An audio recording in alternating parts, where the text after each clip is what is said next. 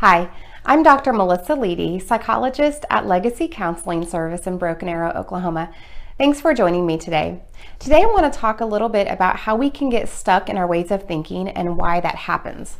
So I've made a little a chart to help you understand a little bit better what I'm talking about. So over time, people develop core beliefs about themselves or about the world.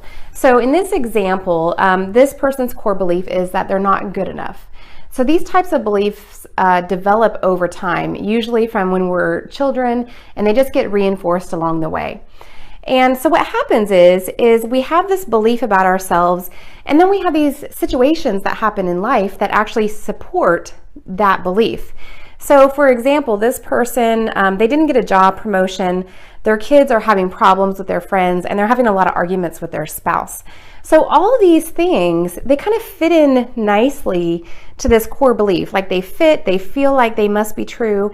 And so over time, we use these examples that come up in our lives to basically say, see, I knew that that belief was true, because if it wasn't true, that wouldn't have happened.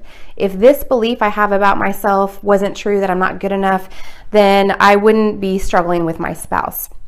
So when we experience depression or anxiety or things like that, we just kind of park our thoughts around these areas.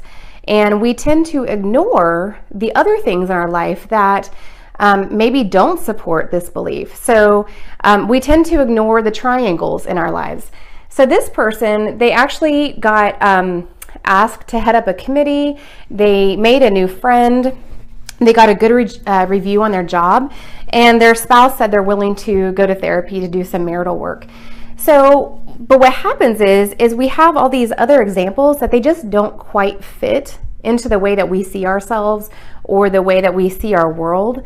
And so we say, well, yes, I know that that's true, but it doesn't say anything different. I'm still not good enough.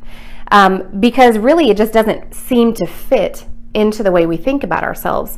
So in therapy, one of the things that I really like to work on with people is to help them identify what are these rectangles in their lives and how do they fit into the things that they believe about themselves, into how they believe about the world or people around them. So to help people identify that, and then also to help people identify what are these triangles and what are we going to make of this? Is there another core belief that is kind of hidden in the recesses or that we need to work on creating? Because just because these triangles don't fit into here doesn't mean they're not true.